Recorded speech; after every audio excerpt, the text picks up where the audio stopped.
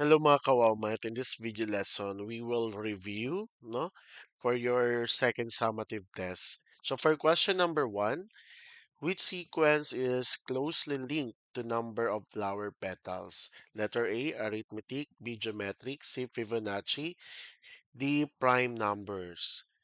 So the answer is letter C, Fibonacci. Okay, question number 2. In the sequence 3, 9, 27, 81, what is the pattern? A, multiply by 2; B, add 6; C, multiply by 3; D, subtract 3. So the answer is letter C, multiply by 3. So kung titingnan natin, 3 times 3 is 9, times 3, 27, times 3, 81. Question number 3. In the sequence 3, 9, 15, 21, okay, naulit yung question number 3. So that will be multiply it by 3, no? Naulit yung same yung question 2 and 3. So for question number 4, which okay, which sequence is arithmetic? I think. Wait for a while. Okay, balikan natin yung question number 3. In the sequence 3, 9, 15, 21, what is the pattern? So magkaiba nga pala itong question number 2 and 3. So the answer is letter B. So add 6. So 3 plus 6 is 9, plus 6, 15, plus 6, 21. Next, question number 4. Which sequence is arithmetic? Letter A, 1, 2, 4, 8. B, 2, 5, 8, 11. C, 3, 6, 12, 24. D, 5, 10, 20, 40. So kapag ang tinatanong ay sequence ng arithmetic, so ang unang yung i-check is yung common difference nila. So the answer will be letter B. So pare-para sila ng common difference na 3.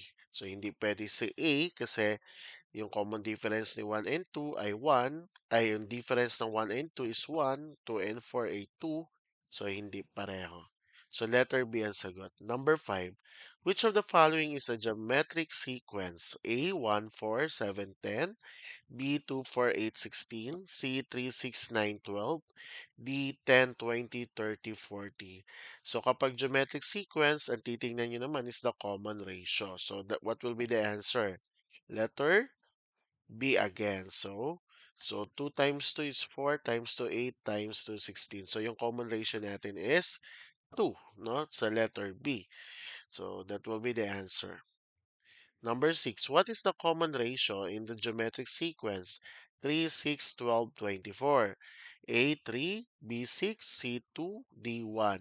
So kapag common ratio, so ang ginagawa natin, yung pangalawang term dinidivide sa una, or pwede naman dito. Basta i-divide natin dun sa previous na term. Okay? So 6 divide 3, the answer is 2. So the answer is letter C. Number 7, what is the 10th term in the sequence 3, 6, 9, 12? So pwede nyo nang gagamitin ng formula, no? Ng arithmetic sequence. So kung manu-manuhin mo yan, ilista mo lahat since alam mo na ang common difference nila ay 3. Di ba? O, so mag-add ka ng 3 hanggang sa makuha mo yung pang 10th term. So what is the answer? 30. Okay, letter A, 30. Number 8, find the fifth term of the sequence 2, 6, 18. So I think ito ay merong this is the sequence is an example of geometric. So may common ratio. So kukunin na apply yung formula ng geometric sequence.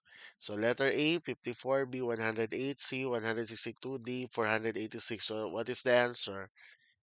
162. Next, what is the common difference if the first term is 7 and the fourth term is 19? So, ang shortcut dyan, di ba, mina-minus, ito mo na, 19 minus 7, so the answer will be 12. Tapos 4 minus 1, the answer is 3. So, tapos i-divide. 12 divide 3. So, what is the answer? A, 3; B, 4; C, 5; D, 6. Letter B, 4. Which formula gives the nth term of an arithmetic sequence? So, based on the choices, alin dyan yung formula ng arithmetic sequence? Letter B. Number 11, what distinguishes a sequence from a series? A series has no pattern. A sequence is a sum. A series is the sum of the terms of a sequence. A sequence has letters. So that's just letter C. Okay, next.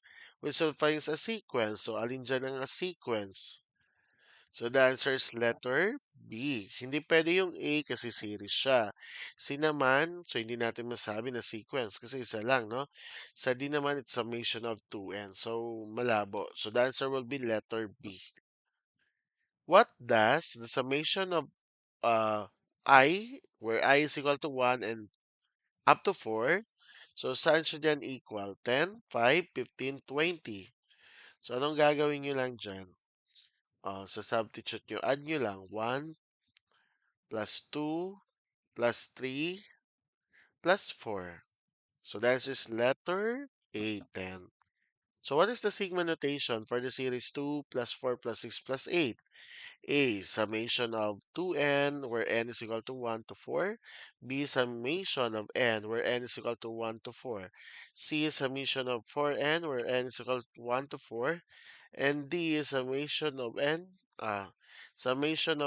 the quantity of 2n minus 1 where n is equal to 1 to 4.